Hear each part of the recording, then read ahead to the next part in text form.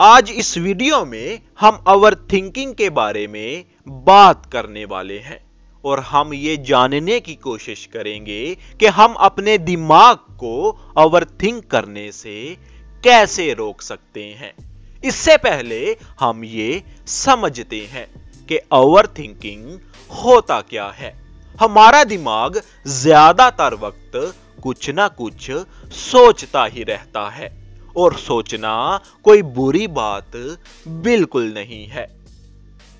पर जब हम एक चीज के बारे में ज्यादा सोच लेते हैं और फिर हम अपने माइंड को उस चीज के बारे में और ज्यादा सोचने से नहीं रोक पाते, तब हम थॉट्स के एक ऐसे लूप में पहुंच जाते हैं जिसे हम ओवर थिंकिंग कहते हैं। और हमारी इस नॉन स्टॉप सोच का मलबा चार चीजों के बारे में सोचने से जुड़ा होता है। पहला, माजी में हुए किसी इवेंट के बारे में सोचना। दूसरा, फ्यूचर में क्या होगा। तीसरा, अपनी किसी प्रॉब्लम के बारे में सोचना। और चौथा, किसी ऐसे इंसान के बारे में सोचना जिस इंसान के साथ हमारा कोई इमोशन या कोई पर्पस जुड़ा हुआ हो। और ओवर थिंकिंग की एक खास बात यह है कि आप जितना उस सोच के बारे में नहीं सोचने की कोशिश करेंगे, उतना ही ज्यादा आपका माइंड उस चीज के बारे में और सोचेगा। आखिर अपने माइंड को ओवर थिंक करने से कैसे रोका जाए? अपने माइंड को ओवर थिंक करने से रोकने के लिए दो तरह के सॉल्यूशंस होते हैं। पहला सॉल्यूशन है कुछ ऐसे हैक्स जो हमें थॉट्स के लूप को तोड़ने में हमारी मदद करते हैं। और दूसरा सॉल्यूशन है कुछ ऐसी हैबिट्स जो माइंड की ओवर थिंकिंग टेंडेंसी को कम करने में हमारी मदद करती हैं। अब बात करते हैं उन हैक्स के बारे में। पहला हैक है टेक एक्शन।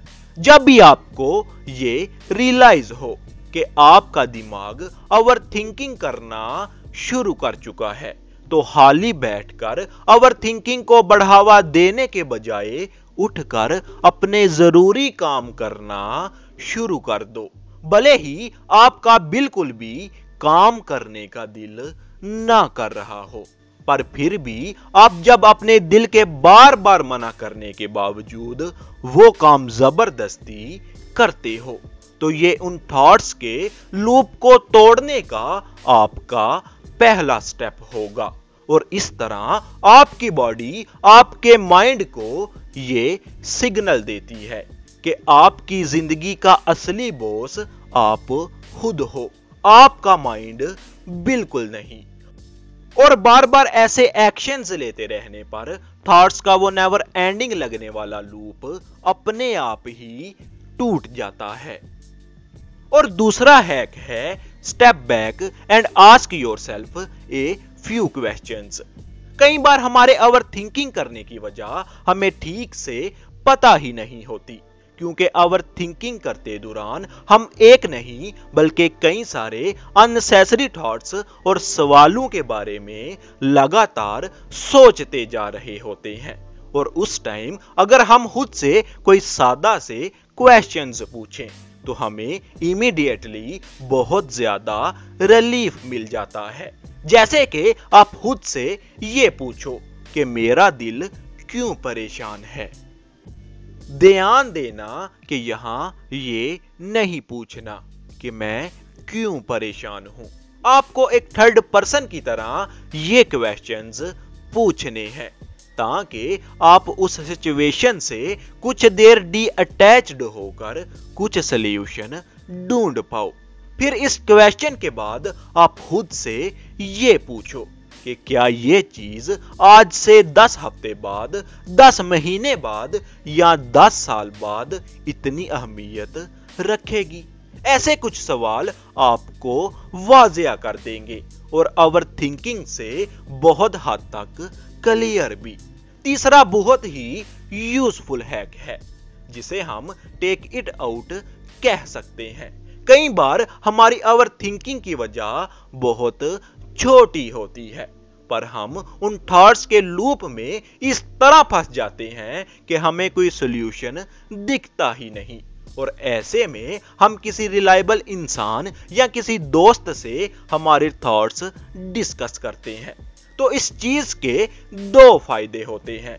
पहला ये कि डिस्कशन करने से ही हमें इंस्टेंट रिलीफ मिलता है और हमें काफी हल्का फील होने लगता है। दूसरा ये कि डिस्कशन के दौरान एक सिंपल सा सॉल्यूशन जो हमें उस टाइम समझ नहीं आ रहा होता, वो हमारे दोस्त या वालिदैन हमें बड़ी आसानी से समझा देते हैं और हमारे दिमाग को उन थॉट्स के लूप से एकदम छुटकारा मिल जाता है। अब बात करते हैं कुछ हैबिट्स के बारे में जो हमारे दिमाग की ओवर थिंकिंग टेंडेंसी को कम करने में बहुत कारआमद है। पहली हैबिट है प्रैक्टिस माइंडफुलनेस। अगर आप ठीक से ऑब्जर्व करो तो दिन की ज्यादातर रूटीन एक्टिविटीज हम इंसान ऑटो पायलट मोड में ही करते हैं। मिसाल के तौर पर ब्रश करते वक्त हम अपना पूरा ध्यान डेली अच्छे से ब्रश करने के बजाय दिन के अगले कामों के बारे में सोचते रहते हैं।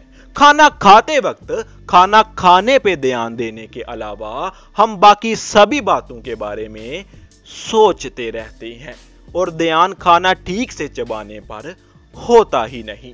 और हमारी ये 24 घंटे प्रेजेंट मोमेंट में रहने की बजाय कुछ ना कुछ सोचते रहने की आदत ही बाद में हमारी ओवर थिंकिंग करने की वजह बनती है। इसीलिए आपको हमेशा के लिए ओवर थिंकिंग की आदत को कम करना है तो आपको रोजाना माइंडफुलनेस प्रैक्टिस करना पड़ेगी। और यहां हम आपको ये बिल्कुल नहीं कह रहे कि हर वक्त ही माइंडफुलनेस प्रैक्टिस करते रहें, लेकिन दिन के शुरुआत में बस कुछ घंटे अपने काम माइंडफुल रहकर करो। वो छोटी छोटी एक्टिविटीज जिन पर आप कभी ध्यान ही नहीं देते।